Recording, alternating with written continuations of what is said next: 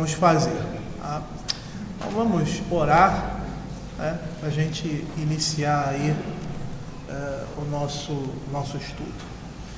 Senhor, obrigado, Pai, pela oportunidade que temos de aprender, ó Senhor, da Tua Palavra, e te agradecemos, ó Senhor, que o Senhor tem sido bondoso para conosco, Senhor Deus, trazendo, Senhor Deus,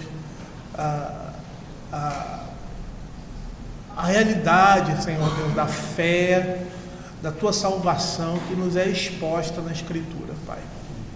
Te agradecemos por isso, te agradecemos pelos homens que nos antecederam, que deixaram, Senhor, esses documentos, ó Pai, a sua contribuição, Pai, para nós, e te pedimos, ó Senhor, que continuemos com esse legado, porque temos certeza que, como Tua Palavra fala, Senhor Deus, que as portas da morte não prevalecerão sobre a Tua igreja. É o que nós pedimos. Dá-nos entendimento, Senhor Deus, a respeito dessas verdades. Em nome de Jesus. Amém. Bom, esse primeiro capítulo, né, a gente já falou muitas coisas de forma introdutória, esse primeiro capítulo. Desculpa, antes de eu começar, senão eu vou esquecer de novo. Chegou ao meu conhecimento, né, nosso irmão que é tesoureiro lá da igreja do Grajaú, ele acabou de me informar o falecimento da esposa do reverendo Tiago. O pessoal aqui da antiga, né, mais a antiga, conhece o reverendo Tiago, né? Ele foi pastor da igreja do Grajaú por muito tempo mesmo. Hoje, Riachuelo também, né? Hoje ele está com 90 anos, a sua esposa provavelmente deve concorrer com a mesma idade, né? E ela parece que foi acometida de alguns sintomas, né, do Covid, provavelmente, não sei, mas a informação que temos é que ela, assim, do nada começou a sentir falta de ar, né? Bom, até chegou ao nosso conhecimento, que isso foi como ela deu entrada, né? E isso aí evoluiu ao ponto dela ir a óbito, né? Então, orar para que o Senhor console a família. É triste essa realidade nossa, né? Por um lado, saber que estamos caminhando para a morte, né? Mas na verdade nós não estamos caminhando para a morte, nós estamos caminhando para a vida eterna. E esse portal aí é complicado. É complicado para quem fica, não para quem vai, né?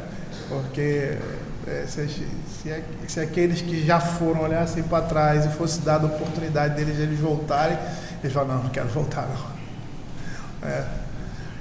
Mas é uma tristeza para nós, né? Porque nós queremos que os nossos irmãos permaneçam eternamente conosco. Isso vai acontecer, né, um dia. Mas enquanto isso não acontece, nós ficamos aqui trabalhando com as saudades, né? E são muitas saudades, principalmente daqueles que nos são próximos, né? Vamos orar pela família. É uma notícia triste por um lado e alegre, porque ela foi se encontrar com aquele que é o Senhor, da sua vida, o seu verdadeiro esposo, que é Cristo. Bom,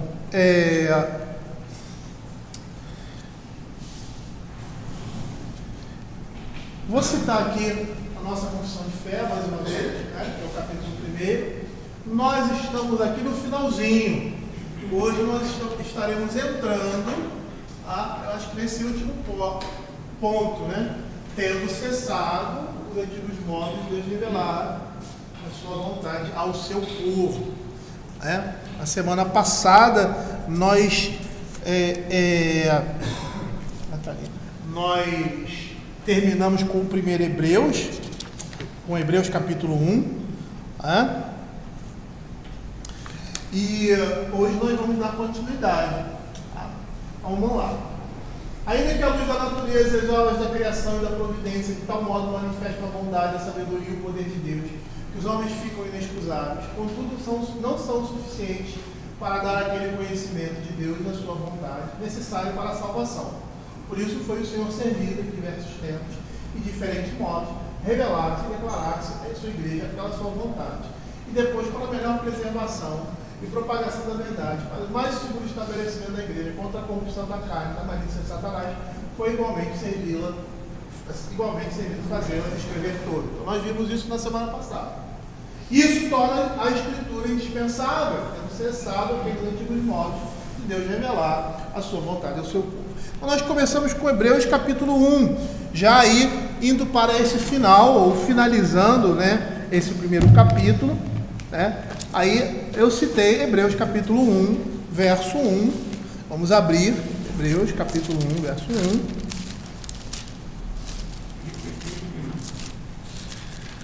Que diz assim: havendo Deus outrora falado muitas vezes, de muitas maneiras aos pais pelos profetas, nesses últimos dias nos falou pelo Filho, a quem constituir dele todas as coisas, pelo qual também fez o universo. Nós vemos que a confissão de fé, ela vai nos lembrar, né, que o Senhor se agradou em diversos tempos e de diferentes modos revelar-se a si mesmo. E esses diversos tempos e diferentes modos, a gente vai ver o que é isso, por meio de sonhos, visões, no período do desenvolvimento da revelação.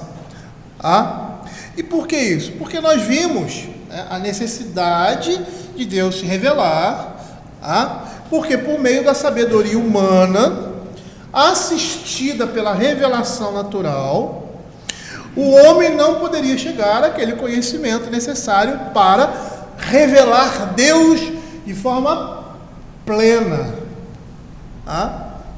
Isso após a queda. Porque antes da queda, ele tinha esse contato face a face com Deus, a revelação natural. Era uma revelação que, juntamente com o conhecimento que o homem ia ter de Deus, iria se juntar, né, a isso, fazendo com que o homem conhecesse mais e mais a Deus como seu Criador, Senhor da sua vida, soberano sobre todo o universo. Por causa da queda, essa capacidade do homem foi tirada. Ele não tinha mais contato face a face com Deus. A revelação já não é mais suficiente, e há agora a necessidade dele conhecer a Deus plenamente, e não somente a Deus, mas a sua salvação. Então o homem, após a queda, ele se torna incapaz de reconhecer Deus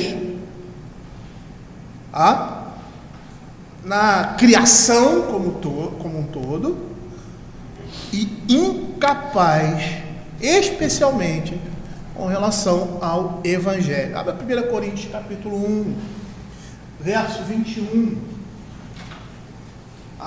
Essa incapacidade torna a revelação especial indispensável, né? Agora nessa condição, olha o que diz: visto como na sabedoria de Deus o mundo não conheceu por sua própria sabedoria, aprove a Deus revelar os que creem pela loucura da pregação. O homem agora, após a queda, ele é incapaz, pelos meios que ele tem, de conhecer a Deus, e de chegar a um entendimento pleno a respeito da sua condição e da necessidade que ele tem de salvação. Abra 1 Coríntios capítulo 2, segundo capítulo, verso 13 e 14. E aí Paulo vai falar da condição do homem aqui, depois da queda, mas sem a iluminação do Espírito. Ele diz assim: disto também falamos, não em palavras ensinadas pela sabedoria humana, mas ensinadas pelo Espírito, confundindo coisas espirituais com espirituais. Ora, o homem natural não aceita as coisas do Espírito de Deus, porque eles são loucura e não pode entendê-las, porque se elas discernem espiritualmente. E aí você vê a condição do homem, aquele que o homem está preso a essa natureza humana, que ainda não foi alcançado pela graça de Deus, pela iluminação do Espírito Santo, que também é uma obra sobrenatural. A conversão e o entendimento espiritual da Escritura é algo sobrenatural. O homem não pode chegar a conhecer a Deus da forma como ele necessita, realmente como Deus é, apesar de estar escrito aqui, se não for pela iluminação do Espírito, ou seja, se não for pela habitação do Espírito no coração do homem, se não for pela ação de Deus em abrir os olhos. E aí você vê é interessante porque você vê um resgate daquilo que o homem era antes da queda. Esse impedimento lhe é tirado. Aí a gente sabe que não é uma coisa, não é de todo, né? Da cegueira que é natural do homem como um todo. Então, olha que interessante. Com essa perspectiva, nós vamos perceber que a pessoa mais criteriosa, ou mais inteligente, ou mais pensativa, ou mais reflexiva, não vai achar esperança ao olhar para dentro de si, para conhecer a Deus ou a si mesmo. Nenhum explorador encontrará o caminho da vida eterna simplesmente olhando pela imensa criação de Deus. Por quê? Por causa da sua condição e natureza. E se não houver a graça de Deus, trazendo a sua revelação, abrindo os olhos dos homens para isso, ele jamais vai encontrar a alva. Isso é extremamente importante nós entendermos. Por quê?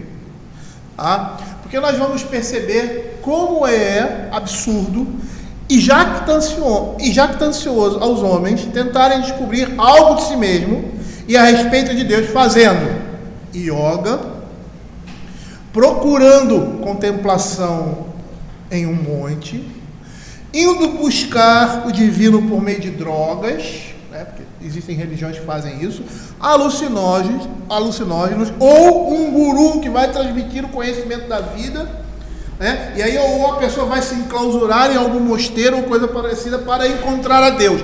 Não vai encontrar. É só por meio da revelação da palavra de Deus. É essa palavra que vai dar esse conhecimento. E esse é o propósito primeiro da Escritura: revelar a Deus. É a auto-revelação dele. E não é apenas o caso de Deus revelar, mas de Deus revelar a si mesmo. E aí você vai perceber que a coerência desse livro da Escritura se baseia no próprio Deus, que é o tema central dele. E isso é interessante nós observarmos. A gente nunca teve essa perspectiva com relação à palavra de Deus. Hoje a pregação que o Israel fez mostra esse princípio. Todas as narrativas na Escritura, elas não têm um fim em si mesmo. O propósito é elas revelarem o caráter de Deus, revelarem a obra de Deus, revelarem a pessoa de Cristo. Elas estão inseridas nesse processo de revelação de quem? Do próprio Deus, da maneira como Deus age, da maneira como Ele estabelece, pelos tipos. Foi interessante a pregação que ele trouxe hoje, porque se lembra na semana passada quando eu falei que ele até citou esse texto, que Davi, que houve paz no reino davídico, que o Senhor deu paz debaixo do seu governo, e que isso era um tipo apontando para Cristo, o reino de paz que ele iria estabelecer, que ele vai estabelecer, e como essas coisas apontam tanto para Deus na sua perfeição quanto na imperfeição do homem, porque da mesma forma que o descanso no Velho Testamento ali da terra foi um descanso temporário, e o escritor de Hebreus diz: resta um descanso para o povo de Deus. Você vê ali o povo sofrendo na terra prometida, como você vê Davi em determinadas circunstâncias, sofrendo por causa do seu reino, mostrando que não é isso que nós estamos aguardando, não é nesse mundo, é no mundo que o Senhor vai trazer a existência, é no mundo por vir. Mas já temos essa perspectiva e essa expectativa naquilo que Deus faz hoje aqui. Nós temos visto isso. E isso, toda a Escritura vai revelar a bondade de Deus, o seu caráter. Tá? E dentro dessa bondade, dessa sabedoria de Deus, Deus usou seu grande poder para depositar a revelação de si mesmo de forma escrita na palavra de Deus, como nós vemos aqui. E os objetivos são claros, E depois, para a melhor preservação e propagação da verdade, para o mais seguro estabelecimento da igreja, foi necessário que ele escrevesse ela toda, para que a igreja se tornasse firme, para a preservação dessa palavra, para a propagação da verdade e para o conforto e segurança da igreja. Ele escreve por causa da corrupção da carne, por causa da maldade de Satanás, por causa do mundo. Eu não tenho a necessidade de explicar cada ponto aqui, mas você vê, tirando aqui o exemplo de Satanás, que o próprio Satanás tenta deturpar a Escritura. E ali, na tentação do deserto, ele diz, transforma em pão essas pedras. E ele cita um texto da Escritura. É contra essa maldade de Satanás que a Escritura é trazida.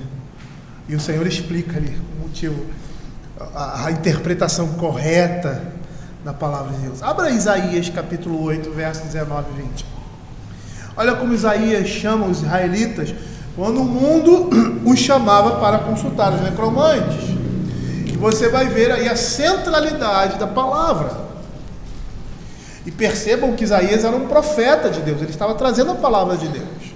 Olha o que ele diz: quando vos disserem, consultai os necromantes e os adivinhos, que chilreiam e murmuram, acaso não consultará o povo o seu Deus? A favor dos vivos, Isaías 8, 19 e 20. Consultarão os mortos, a lei e o testemunho. Se eles não falarem desta maneira, jamais verão a alva. Olha que interessante. A Escritura estava sendo trazida por meio desses homens, ainda profetas. E para onde esses profetas que estavam trazendo a palavra de Deus apontam? Para a lei e para o testemunho. Ele estava falando da palavra de Deus que estava sendo escrita, que tinha sido escrita, dos livros que foram escritos anteriormente, até ao seu tempo, ao tempo de Isaías. Abra Mateus capítulo 4, verso 4, 7 e 10, o exemplo que eu dei. Percebam que tanto Isaías chama o povo à palavra de Deus, à lei e ao testemunho, porque os profetas, eles não sairiam daquilo que tinha sido dito anteriormente, apesar da revelação progressiva continuar. Lembra aquela ideia que eu dei da revelação? De que é um ciclo que ela vai, ela volta, ela vai, ela volta. Ou seja, ele avança na revelação, mas essa revelação está ligada ao que foi dado inicialmente. Deixa eu pegar o livro de Gênesis, você vai ver o evangelho ali apresentado de forma sucinta. E todas as coisas que vão surgir depois, a progressão da revelação estará sempre apontando para o início de tudo. No sétimo dia você vê a redenção, apesar da criação. Você vê no casamento e na união do homem com uma mulher, a obra de Cristo para a igreja. E aí eu poderia estender ali o livro, só naqueles 3 primeiros capítulos de Gênesis. Todo o evangelho sendo apresentado a partir daquele ponto inicial. E não se foge daquele ponto inicial. Então, ela vai, progride, retorna, apontando as verdades antigas, e vai. É como uma concha de retalhos, um tecido. A palavra texto vem disso, de tecido, que é uma tessitura que você vai alinhavando e você está sempre voltando, e aquelas coisas estão sempre alinhadas, elas estão ligadas. Olha aqui em Mateus capítulo 4, no verso 4, o texto que eu acabei de citar, quando Satanás diz: olha, transforma essas pedras em pães, porque a Escritura diz isso. Aí o Senhor diz assim: Jesus, porém, respondeu: está escrito, não só de pão viverá o homem, mas de toda palavra que que procede da boca de Deus. Aí lá no verso 7, também está escrito: não tentarás o Senhor teu Deus. Todo o tempo ele está citando a Escritura. Satanás cita, distorcendo a Escritura, e o Senhor coloca a Escritura, rebate a falsidade de Satanás por meio da palavra de Deus. Veja como é importante, é isso que a nossa confissão está dizendo. Esse registro que foi estabelecido com esse propósito. E aí no verso 7, verso 10, então Jesus lhe respondeu: retira-te, Satanás, porque está escrito: ao Senhor teu Deus adorarás, e só a eles darás culto. Percebam como a Escritura é necessária. E esse é o propósito da Escritura: segurança, certeza, conforto, mesmo contra ou diante os piores inimigos, que são o mundo, o diabo e a nossa própria carne. Abra Provérbios capítulo 22, versos 19 a 21.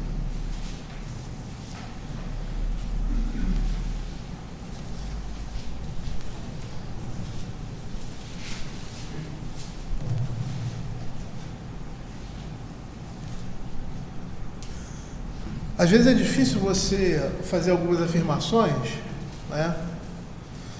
mas é interessante, porque você vê todo o tempo os profetas falando da parte de Deus, mas todos os profetas apontavam sempre para a palavra de Deus, eles sempre se referiam à lei, ao testemunho, aos escritos dos outros profetas que já que haviam trazido a palavra de Deus antes dele. E é interessante que eles nunca chegam e falam: ouçam a mim, ouçam a minha voz, ouçam a voz de Deus. Eles sempre dizem isso. Eles nunca chamam, apesar de serem instrumentos de Deus, chamam a atenção para si mesmo. Quando Pedro cura aquele coxo ali na porta do templo, e aí as pessoas, o coxo vem e fala: cara, não me trata desse jeito não, eu não fiz nada. Ele aponta para quem? Para Deus, para Cristo em especial. E é interessante que a única pessoa que chama para si mesmo a atenção é Cristo, e pelo testemunho do próprio Deus: este é o meu filho amado, a ele ouvi. Interessante isso. E quem era Cristo? Era a palavra. Por isso os profetas nunca trouxeram os olhos do povo para eles, porque eles entendiam que eles eram um instrumento, entendiam que eles estavam trazendo a palavra de Deus,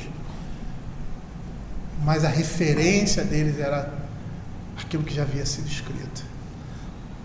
Quando o apóstolo Paulo quer confirmar aquilo que ele está trazendo ali entre os bereanos, o que ele fala? O texto da Escritura, eles vão, Paulo não, Lucas vai falar que os bereanos eles eram mais o quê? Mais nobres. Por quê? Porque Paulo estava trazendo ali a revelação de Deus, mas onde eles estavam sustentando a palavra de Paulo? Nas Escrituras, para ver se era de fato assim. Isso é um ensino para nós. Se naquele tempo, onde a revelação ainda estava em processo, eles sempre apontavam para a palavra, o que não será no nosso tempo. E aí eu estou me referindo a esses novos profetas, essas profecias que muitas vezes nós vemos aí no meio do povo de Deus, em que estão sempre chamando supostamente a Deus, mas sempre chamam atenção para si mesmos. E você não vê isso na palavra de Deus. Olha o que diz Provérbios 22, 19 a 21. Para que a tua confiança esteja no Senhor, quero dar-te hoje a instrução a ti mesmo. Porventura não te escrevi excelentes coisas acerca de conselhos e conhecimentos, para mostrar-te a certeza das palavras da verdade, a fim de que possas responder claramente aos que te enviaram. Essa é a necessidade. Esse é o propósito. para certeza. Tá? Olha o que diz Lucas capítulo 1, verso 3 e 4. Para conforto, certeza da igreja de Cristo, que aquela é a palavra do Senhor, que a nossa salvação e aquilo que nós precisamos saber está centrado, está estabelecido, está dito. Por isso a necessidade de escrever, para nos proteger contra o mundo, o diabo e a carne. Olha o que diz Lucas capítulo 1, verso 3 e 4. Igualmente a mim me pareceu bem, depois de acurada investigação desde sua origem, dar-te por escrito, excelentíssimo Teófilo, uma exposição em ordem para, objetivo, para que tenha plena certeza das verdades em que foste instruído. Romanos capítulo 15, verso 4, abra aí. O objetivo é segurança, o objetivo é conforto, o objetivo é que a verdade seja, a verdade de Deus seja estabelecida e seja reconhecida por todos. Pois tudo quanto outrora foi escrito, qual o propósito? Para o nosso ensino foi escrito, a fim de que pela paciência e pela consolação da Escritura tenhamos esperança. Qual o propósito? Ensino, paciência, consolação, ou seja, conforto, preservação, propagação e segurança, o conforto da igreja. Aqui tenhamos esperança. Tá? E por causa disso, isso torna indispensável a Escritura Sagrada. Por causa disso, nós deveríamos então usar a Bíblia com muito mais frequência em nossas batalhas e nossas tentações do dia a dia. E dessa forma, torna-se imperioso que a confissão nos lembre o quanto a Bíblia é necessária à nossa salvação. E o que é interessante, a confissão é um espelho que vai apontar para a Escritura. Por isso ela é necessária e indispensável, porque ela vai nos dar aquele conhecimento de Deus e da sua vontade necessários à nossa salvação. Abra 1 Timóteo capítulo 3, verso 15.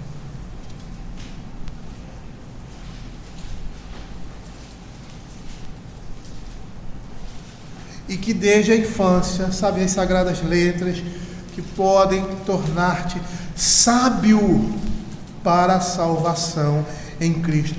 Ela é útil para a edificação da igreja e defesa contra os inimigos, sendo necessária para a boa saúde dos cristãos. Ela é essencial, indispensável para a própria existência da doutrina. Porque tudo aquilo que nós devemos declarar a respeito de Deus não vem da nossa cabeça, deve vir da palavra do Senhor. As afirmações que nós temos de fé, a nossa doutrina, aquilo que nós cremos, o que nós precisamos saber para vencer o pecado nesse mundo, está ali.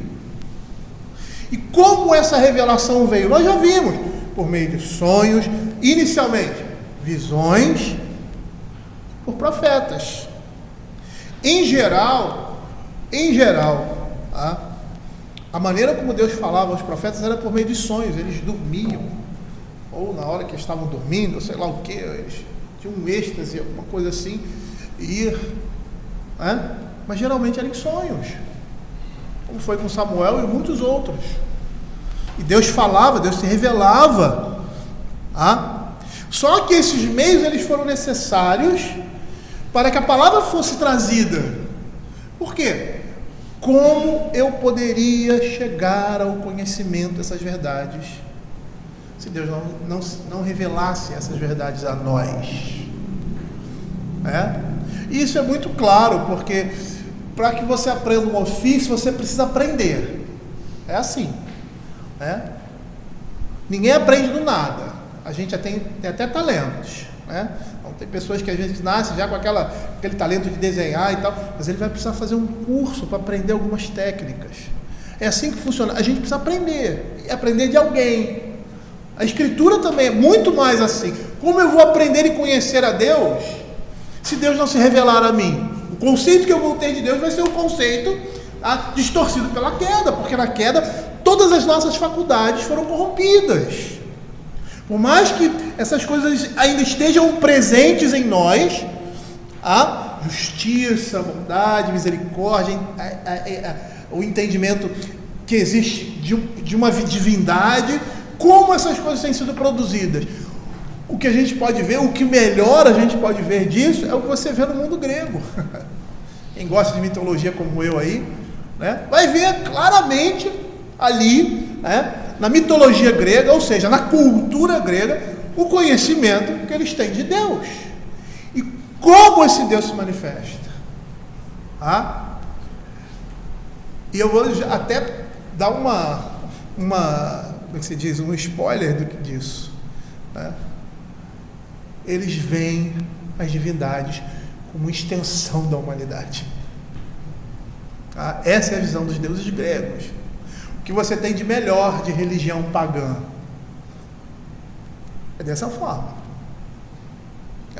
E quem estudou ou teve algum conhecimento da mitologia grega, a gente fica de queixo caído, porque os deuses, o panteão romano, era uma expressão do sistema político daquela época. Zeus, o deus dos deuses, e os outros deuses que comandavam esse mundo. Os sentimentos e faculdade dos deuses era extensão dos homens. Era uma divindade humanizada. E não há como o homem ultrapassar isso. Isso é o melhor que ele pode chegar. E aí você tem no mundo grego perversões tais que representam essa humanidade caída, até mesmo entre os deuses.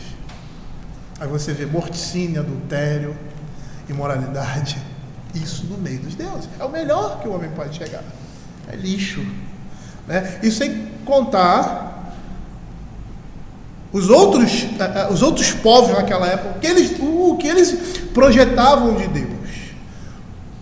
Por isso a necessidade dessa revelação e por isso a forma como essa revelação nos chegou. Hebreus diz, havendo Deus outrora falado, muitas vezes e de muitas maneiras aos pais pelos profetas, como Deus falava, por meio de visões, de sonhos.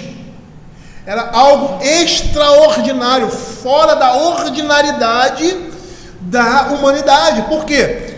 Porque senão o homem jamais conheceria a verdade. E se houve essa necessidade, e houve a necessidade dela ser escrita, a nossa confissão de fé diz que por causa dessas coisas, lá com relação à revelação natural, com a necessidade que nós temos da revelação especial, porque essa revelação especial nos é dada, porque ela é escrita, isso torna a escritura sagrada e indispensável. Aí ele conclui, tendo cessado aqueles antigos modos de Deus revelar a sua vontade ao seu povo. Ora bolas, se nós como homens precisamos conhecer a vontade de Deus, se Deus se revela, e se revelou daquela forma, para que a sua escritura estivesse escrita toda, porque já no tempo da revelação, todos os profetas lançavam os olhos do povo para aquilo que estava escrito, para aquilo que tinha sido trazido por Deus, entendendo que essa era a vontade de Deus.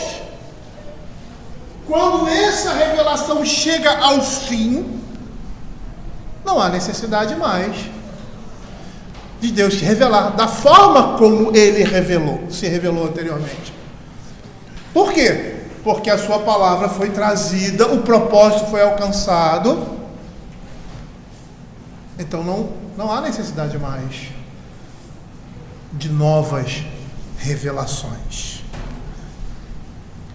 Quando a igreja é estabelecida e toda a verdade e toda a revelação nos é dada, não há mais necessidade de novas revelações.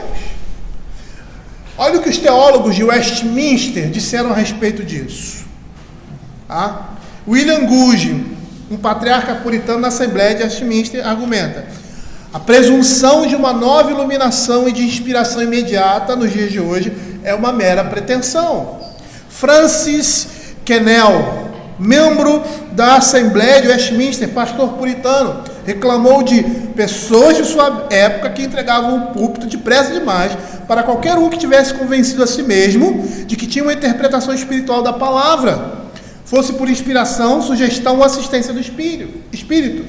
George Walker, também membro da Assembleia de Westminster, homens que prepararam, foram 160 teólogos, sei lá, 103, 100 e alguma coisa, eu tenho um número, não guardei o número, mas foram mais de 100 teólogos que produziram isso aqui. George Walker, ele diz o seguinte, escreveu sobre o assunto, ele falou duramente contra os homens fracos, que diziam para que moças, já escutaram isso, se casassem com eles por causa de alguma inspiração e revelação divina. E Chad Von Dixon, que escreve sobre confissão, ele é uma das maiores autoridades hoje sobre a Assembleia de Westminster. Ele, no seu livro, ele nos lembra de Pedro, que diz que temos agora o que podemos considerar a mais confirmada palavra profética vinda de Deus, não meras expressões orais e particulares. Abra 2 Pedro, capítulo 2, verso 19. Temos assim, tanto mais confirmada a palavra profética, e fazeis bem atendê-la, como uma candeia que brilha em lugar tenebroso, até que o dia clareie e a estrela da alva nasça em nossos corações. A carta de Hebreus, Oi? 19. Desculpa. Não, é porque eu vi que algumas pessoas ficaram perdidas, eu já tinha... Eu falei 2, desculpa, tá? A carta aos Hebreus, no capítulo 1, verso 1 e 2, nos lembra, olha o que ele diz: havendo Deus outrora falado de muitas maneiras, de muitas vezes aos pais pelos profetas, nesses últimos dias falou pelo Filho, a quem constituiu herdeiro de todas as coisas, pelo qual também fez o universo. Ela nos lembra que Cristo falou de si mesmo, e seus apóstolos falam em nome dele. E o que nós precisamos saber está preservado para nós. E que por meio da pregação e da administração dos sacramentos, Deus vai se revelar assim para nós hoje. É interessante nós vermos isso aqui bastante amalgamado na nosso entendimento. Ele diz que Deus havia falado de muitas formas, agora ele fala de forma diferenciada. Fala por quem? Por meio de Cristo. Aqueles antigos modos, lembram que eu falei isso na semana passada? Cessaram. Não há mais revelações, não há mais visões, não há mais profecias, quando a palavra encarnada se manifesta. Por quê? Porque o ápice da revelação se manifesta. E aí há essa interrupção, porque tudo que eles precisavam saber de Cristo, ou seja, da sua primeira vinda e do que ele representava, tinha sido profetizado, e agora isso se manifesta em Cristo Jesus. E nesse tempo não há necessidade de se levantar mais profeta. E é esse mesmo princípio que a gente vai ver no Novo Testamento. Quando nós olhamos a confissão de fé como um todo, nós chegamos a essa conclusão. Fica claro concluir que a revelação cessou. Por quê? Porque se nós crermos em novas revelações, precisamos crer também que a Bíblia não foi toda escrita. Falta um outro testamento. Falta uma outra dispensação. Faltam revelações de Deus sobre a igreja e sua vontade para a nossa salvação, e nós não estamos na plenitude dos tempos. Tivemos o primeiro pacto, e agora temos o segundo pacto, e necessitamos de um terceiro pacto. Por quê? Porque a revelação está progredindo, se nós cremos nisso. Se nós cremos que Deus é o ponto, Cristo é o ponto focal dessa revelação, nós entendemos que a partir de agora, tudo que será trazido terá um fundamento no Antigo Testamento. É a plenitude dos tempos. É a aliança que foi predita até mesmo no Pacto Antigo do Velho Testamento. Precisamos ter um outro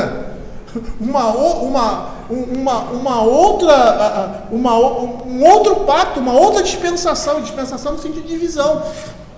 A primeira dispensação, o antigo pacto, a segunda dispensação, o novo pacto. Precisa ter alguma coisa que continue isso. E essa é a ideia. Falta outro testamento. Falta revelações sobre Deus, sobre a sua igreja e sobre a sua vontade para a nossa salvação. E tudo aqui que está escrito não é necessário, ainda está incompleto.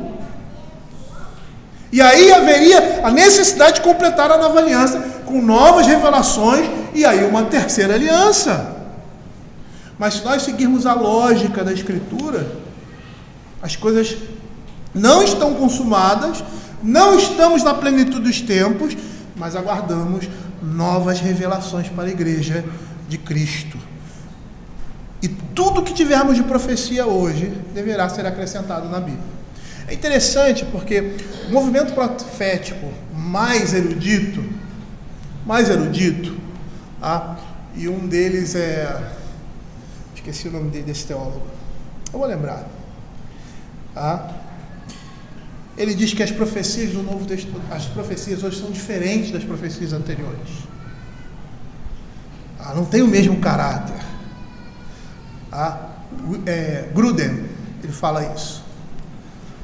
Ele até ele cita Ágabo na sua teologia, sistemática. Grudem é muito bom em muitas coisas, mas nisso aí ele... Só que não há fundamento para essa argumentação de Grudem.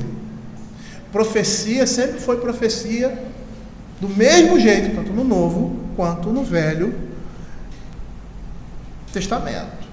E se há novas revelações, precisamos acrescentar na Escritura, porque esse é o lugar dessas novas profecias. E aí nós concluímos, por meio dessas coisas, que essas revelações cessaram.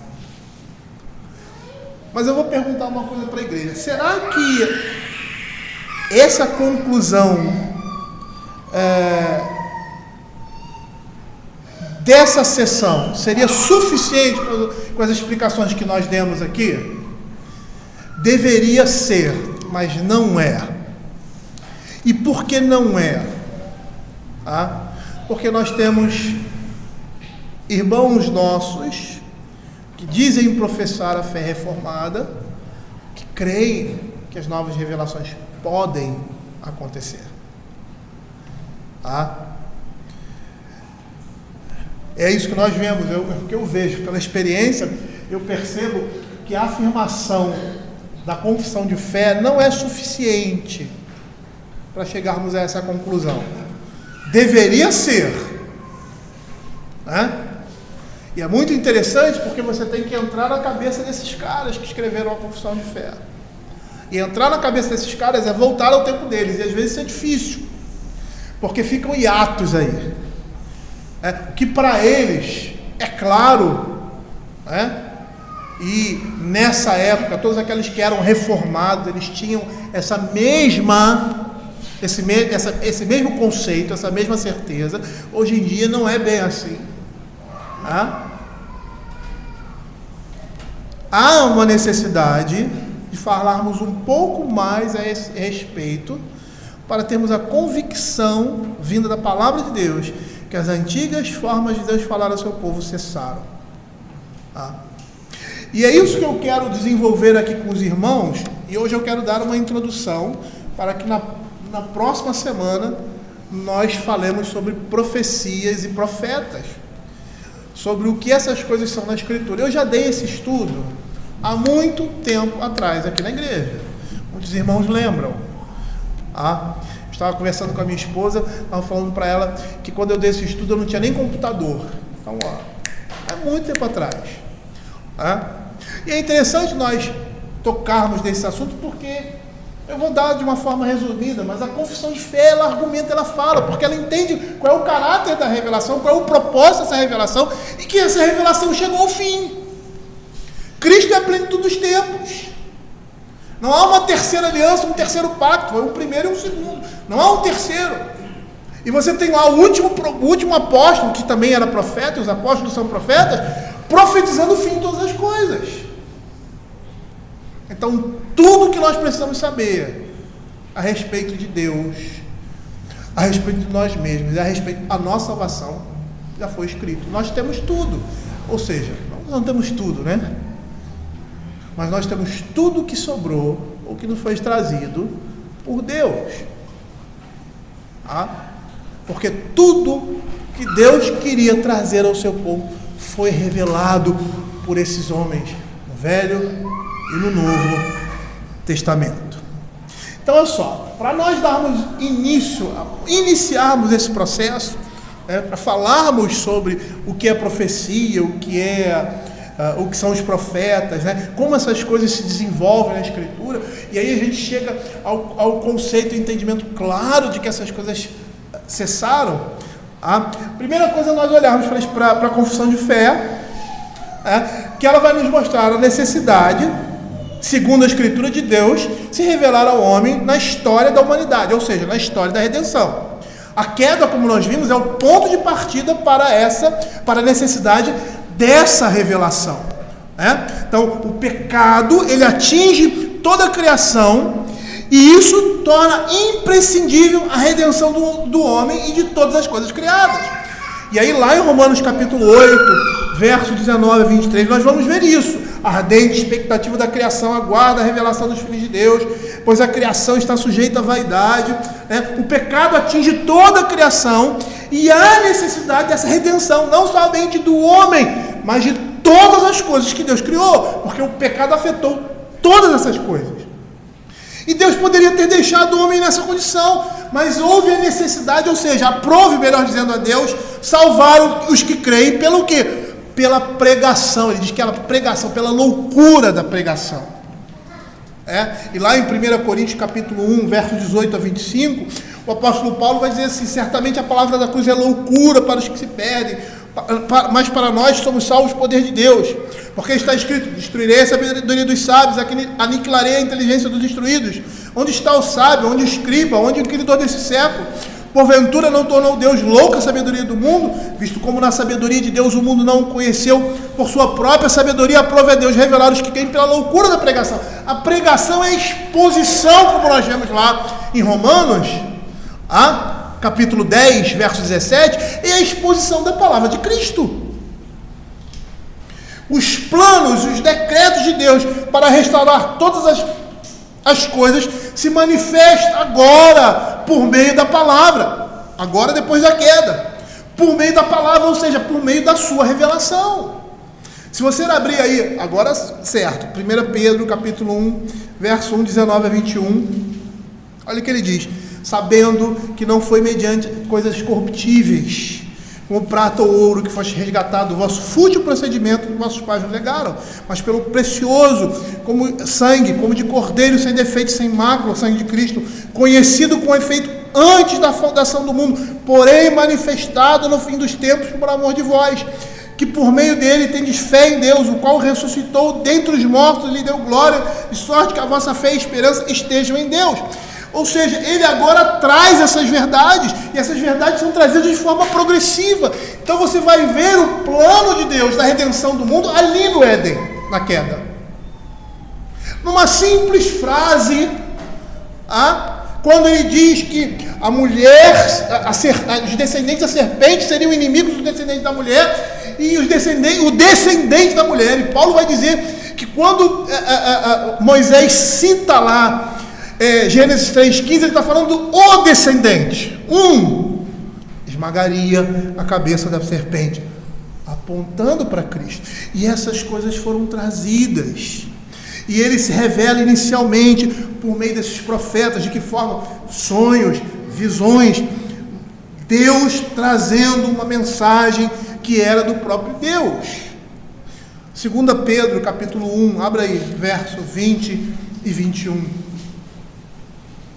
Ele diz assim: sabendo primeiramente isto, que nenhuma profecia da Escritura vem de particular elucidação, porque nunca jamais qualquer profecia foi dada por vontade humana, Entretanto, homens santos falaram da parte de Deus, movidos pelo Espírito Santo. Ou seja, todos esses homens que falaram, que trouxeram a palavra de Deus, eles foram de uma forma sobrenatural usados por Deus, para que a palavra de Deus seja trazida com fidelidade para preservação e propagação da verdade, segundo o estabelecimento da igreja, contra a corrupção da carne, malícia de Satanás e do mundo.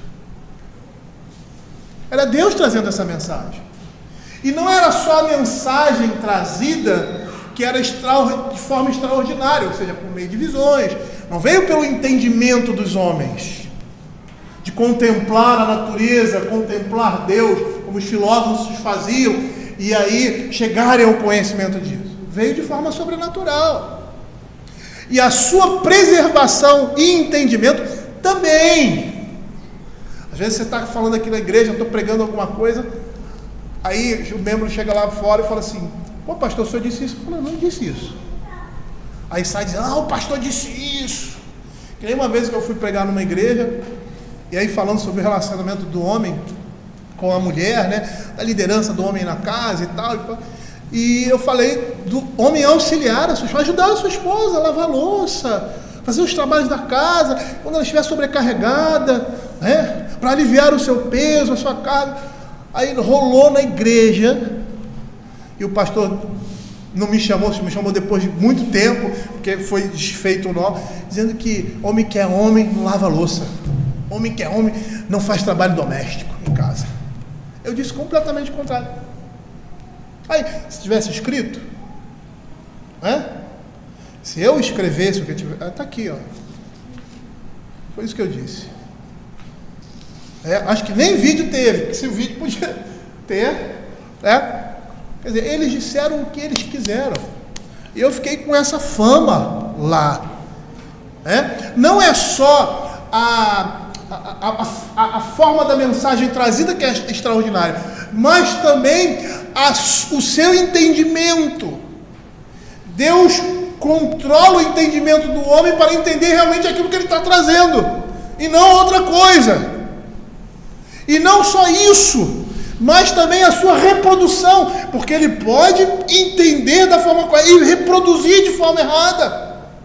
Então todo esse processo foi cuidadosamente gerenciado de forma extraordinária por Deus, no recebimento, o entendimento e a transmissão. Isso que significa homens inspirados por Deus. E Paulo diz isso à igreja de Tessalônica: vocês receberam a minha palavra como realmente deveriam ter recebido, como palavra de Deus, que está operando de forma poderosa na vida dos que creem. Foi dessa forma que Deus agiu. E depois, como ponto máximo da sua revelação, o próprio Cristo. Por isso que o escritor de Hebreus vai dizer: havendo Deus falado muitas vezes, de muitas maneiras aos pais, nesses últimos dias, fala pelo Filho. O ponto máximo da revelação é Cristo. Cristo é o ponto máximo da revelação. A revelação ali em Cristo tem o seu ápice. E agora os profetas do Novo Testamento, que estão trazendo o quê?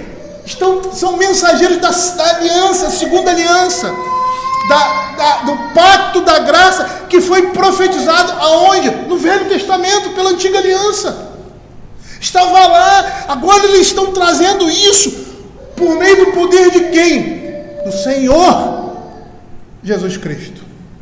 E aí essa continuidade na revelação, como ponto final, Cristo, porque a igreja estava sendo trazida, que foi profetizada lá.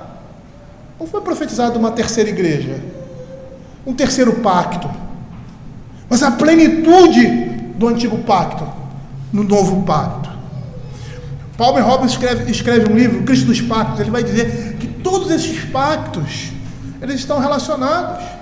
E mesmo o pacto das obras, que como nós caracterizamos, representava o pacto da graça, porque era a revelação de Deus e a continuidade nessa revelação na manifestação completa de Cristo Jesus. Por isso o livro de Hebreus é tão importante. Por isso as pregações do apóstolo Paulo em Gálatas, no Novo Testamento, são tão importantes. Porque ele fala da continuidade e da unidade da igreja no Velho Testamento, agora se prolongando no Novo Testamento. Cristo como marco sobre todas as coisas. E agora esses homens estão trazendo a palavra de Deus, que tem a sua mensagem aonde? Em Cristo. Percebam que todo o Novo Testamento se baseia nos Evangelhos, naquilo que Cristo ensinou. E o que ele disse para os seus discípulos? Falando para esses que iriam ser suceder: vocês vão fazer obras maiores do que eu. E quando ele se refere a isso, ele não estava se referindo a curas e milagres, mas estava se referindo ao alcance do Evangelho. Ao alcance do Evangelho. A esse segundo momento derradeiro, que era a igreja de Cristo. Abra aí 2 Pedro capítulo 1, versos 16 a 19. Os profetas do Novo Testamento falaram da parte daquele que se manifestou derradeiro sobre todos os tempos. Porque não vos demos a conhecer o poder e a vinda de nosso Senhor Jesus Cristo, seguindo fábulas engenhosamente inventadas, mas nós fomos testemunhas oculares da sua majestade. Pois ele recebeu da parte de Deus honra e glória, quando pela glória excelsa lhe foi enviada a seguinte voz: este é o meu filho amado, em quem me comprazo. Ora, esta voz vinda do céu nós a ouvimos quando estávamos com ele no Monte Santo. Temos assim tanto mais confirmada a palavra profética, e fazeis bem em atendê-la como a candeia que brilha em lugar tenebroso, até que o dia clareie e a estrela da alva nasça em vosso coração. Olha que interessante. Quem é que está trazendo a igreja de Cristo agora? São os profetas ou são os apóstolos? São os apóstolos. Você tem profeta nesse período? Tem. Você tem Ágabo, você tem as filhas de Filipe que profetizavam. Mas o que a Escritura fala a respeito da ordinariedade da igreja? Primeiro apóstolos, depois profetas. O que Paulo fala na igreja de Corinto? Se você se considera profeta espiritual, eu vou reproduzir não literalmente, se submeta àquilo que eu estou dizendo. E por quê? Porque eles estavam trazendo a palavra de Deus. E qualquer profeta que se levantasse e que não estivesse de conformidade com o ensino dos apóstolos, ele era rejeitado. Por isso lá em 1 Coríntios tem aquele texto um pouco complicado, né? Quando for profeta, fale um ou dois, os outros julguem. Iriam julgar se aquilo que estava sendo trazido estava de conformidade com a palavra de Deus, com a revelação apostólica, aquilo que estava sendo trazido por Paulo e por outros apóstolos. Os profetas agora estão subordinados a quem? Aos apóstolos. Por quê? Percebam que todos aqueles que estavam ali com Cristo, eles são separados. Quando escolhem aí alguém para ficar no lugar de Judas, quem eles escolhem? Matias. Por quê? Porque andou com Jesus. Aquelas pessoas que estão trazendo a palavra de Deus eram discípulos dos apóstolos. Ou eram discípulos de Cristo, ou eram discípulos diretos dos apóstolos. Marcos, como por exemplo Marcos. E toda a revelação ali circunscreve-se a quem? A plenitude que é Cristo. E aqueles homens estão trazendo a palavra de Deus. Estava lendo o Palmer Robertson, quando ele fala a palavra final, ele fala uma coisa muito interessante, que é aquela leitura que geralmente eu falo para vocês, uma leitura geral das Escrituras. Porque você não lê só a Escritura literalmente, você lê historicamente, até mesmo a composição dos livros. No início do ministério de Paulo fala à igreja de Corinto, nas suas primeiras viagens missionárias, primeira viagem missionária, se eu não me engano, ele fala e orienta como devem ser as profecias, falar em línguas e tal. E apesar eu crer ali que muitas coisas que estavam acontecendo ali na igreja eram fantasiosas, não eram realmente como deveria ser, ele está mostrando, porque essas coisas ali naquele tempo ainda aconteciam. Mas veja quando ele escreve a Timóteo. A única citação à profecia que ele faz, esse tipo de profecia, é a imposição de mãos. Ou seja, o ministério de Timóteo que foi recebido por profecia. Ele foi o primeiro pastor que ainda, ele é vamos dizer assim, ele é o ponto inicial de uma nova ordem, mas ele recebe isso de conformidade com a antiga ordem, ou seja, por profecia. E a partir de agora, você não vê isso, o apóstolo Paulo falando isso. Ele falando categoricamente sobre a palavra, sobre a escrita da palavra, sobre a palavra de Deus. Então você vê ele já não se institui profeta, mas o que ele faz? O que ele faz na sua segunda, se eu não me engano, segunda viagem missionária? Ele começa a instituir o quê? Presbíteros. O que ele fala para Tito? Presbíteros. Por quê? Porque esse tipo de forma da revelação ser trazida estava chegando ao seu final. E nós cremos, isso é muito claro. Nós não cremos mais em apóstolos. Apóstolos foram aqueles 12, ou melhor dizendo, 13, com Paulo. A Igreja Católica crê na sucessão apostólica, mas nós não cremos. E qual é a autoridade dos apóstolos? Estabelecer a igreja. E diferente da sucessão papal, o apóstolo Paulo fala lá em Gálatas: se eu vier aqui e disser alguma coisa diferente do que tem sido revelado, seja anátema. Diferente da postura da Igreja Católica, que a Bíblia só é confirmada quando um papa ou um padre diz como a coisa dele tem que ser. Se ele não confirmar, a Bíblia fica de lado. Completamente diferente da postura apostólica. A sucessão apostólica acabou, ou seja, não há necessidade de novas revelações, porque a igreja chegou à sua plenitude em Cristo. E aí não há necessidade mais de novas revelações. Isso poderia ser suficiente? Poderia.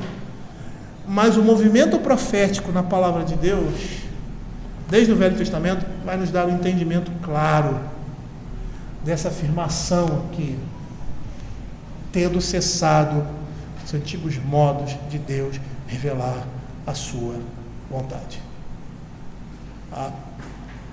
E é isso que nós vamos ver nos nossos próximos encontros. O que era a profecia, o que é o profeta, qual é a finalidade, já está vendo aqui. E com esse entendimento nós vamos perceber claramente: a profecia cessou, a revelação cessou. E consequentemente, esses dons extraordinários que acompanhavam a palavra de Deus para confirmar, cessaram. Porque o propósito era a Escritura. A Escritura terminou. Tem muita gente que diz assim: os crentes reformados não creem em milagres. Cremos em milagres. Cremos que Deus opera milagrosamente, curando, e não existe milagre tão ordinário quanto a conversão. A conversão é um milagre. A conversão é um milagre. É uma ação sobrenatural, uma demonstração que Deus opera milagrosamente nesse mundo, porque nenhum homem pode chegar ao convencimento do pecado, da justiça e do juízo, se não for pelo poder sobrenatural de Deus. A transformação completa.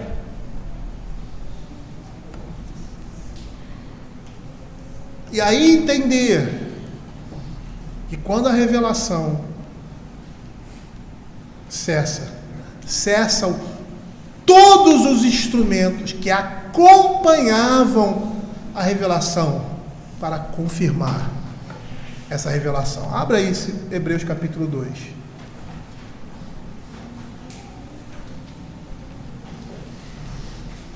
Olha o que ele diz. E esse é um dos textos usados para demonstrar essa realidade. Por essa razão importa que nos apeguemos com mais firmeza às verdades ouvidas, para que delas jamais nos desviemos.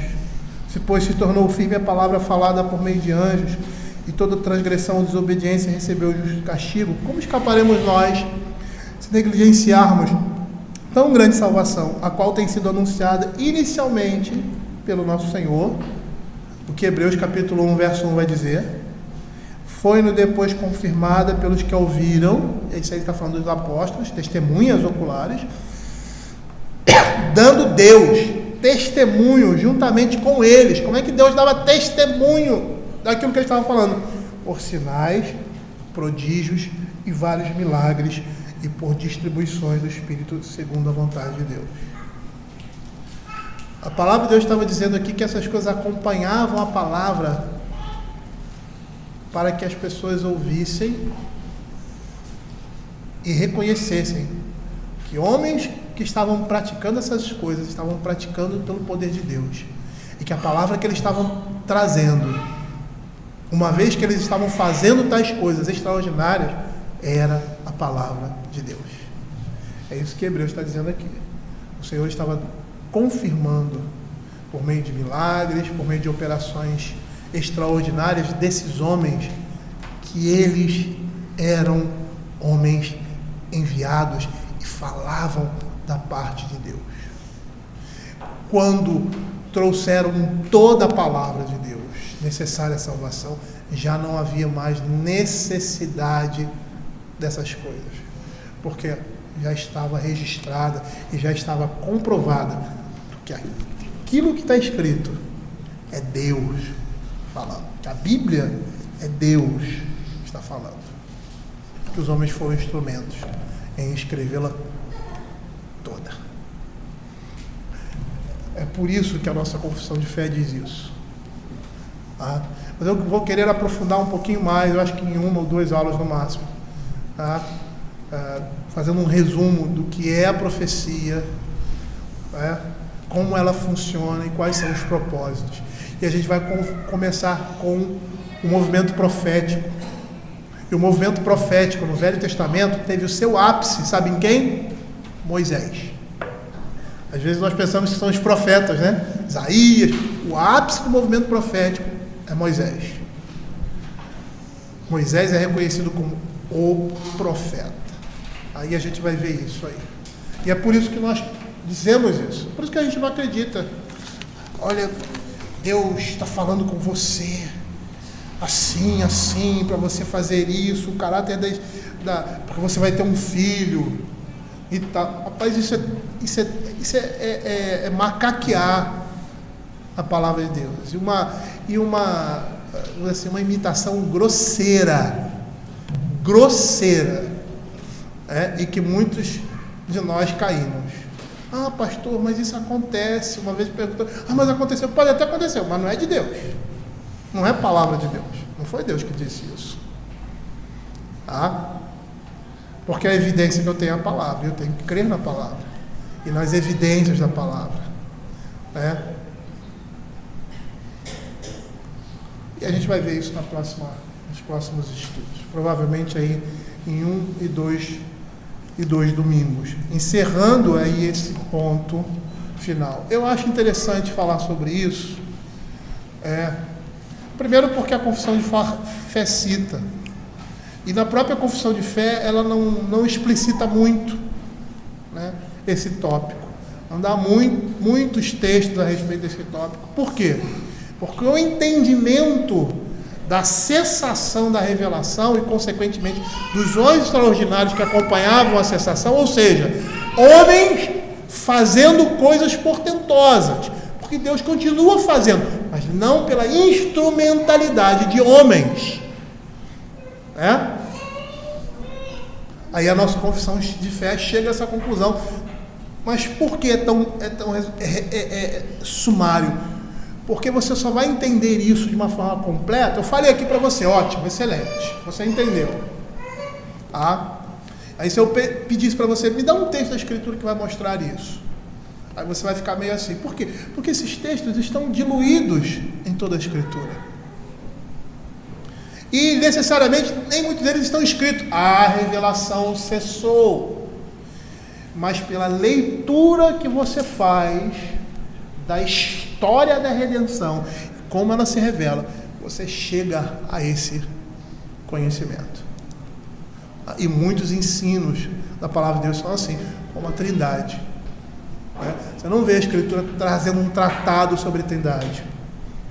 Tratado sobre a Trindade somos nós que fazemos, os homens que fazem. Mas eles fazem a partir de onde?